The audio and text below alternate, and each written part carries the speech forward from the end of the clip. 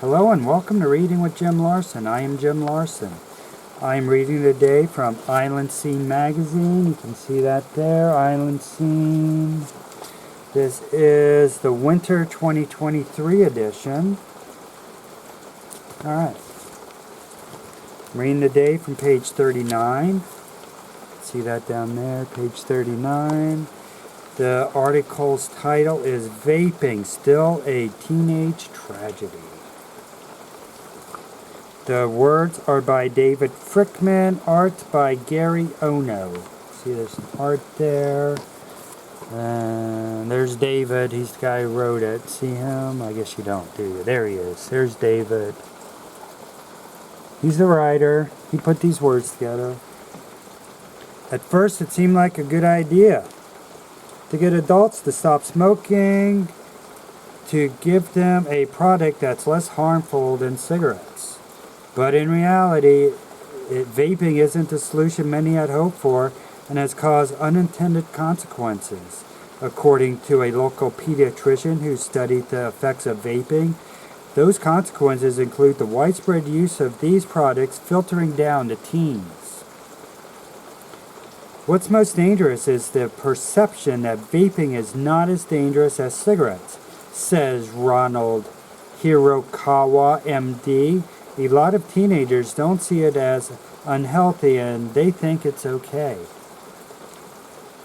Dr. Hirokawa says there's a nicotine addiction associated with vaping products known as electronic nicotine delivery systems, or ENDS. Just as with cigarette smoking, use of ENDS affects child development, specifically in adolescence. Teens can take in larger volumes of nicotine when they vape because it's a lot less harsh on the throat than cigarette smoking, he says, and they can vape without being detected by teachers or parents, so they're able to use them more often. Dr. Hirokawa grew up in Honolulu and is a graduate of Iolani School. After attending the University of Hawaii, John A. Bloom School of Medicine, and training at hospitals on Oahu, he completed his pediatric residency at the University of California, Irvine. It was there that he focused on vaping and e-cigarettes, or vaping products, use-associated lung injury, or EVALI. People are getting very, very sick and going to the ER and being admitted to the ICU, he says.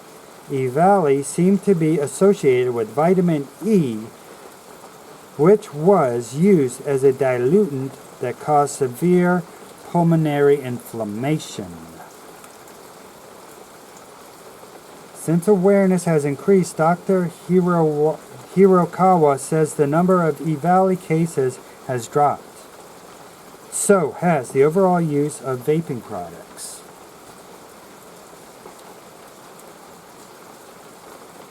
The United States and Hawaii populations in general have lowered the number of teens who are smoking or using vaping products, he says, but it's still prevalent.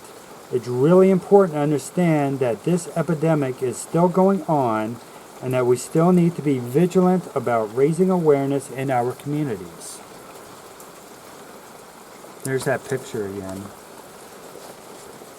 This has been Reading with Jim Larsen. Yeah.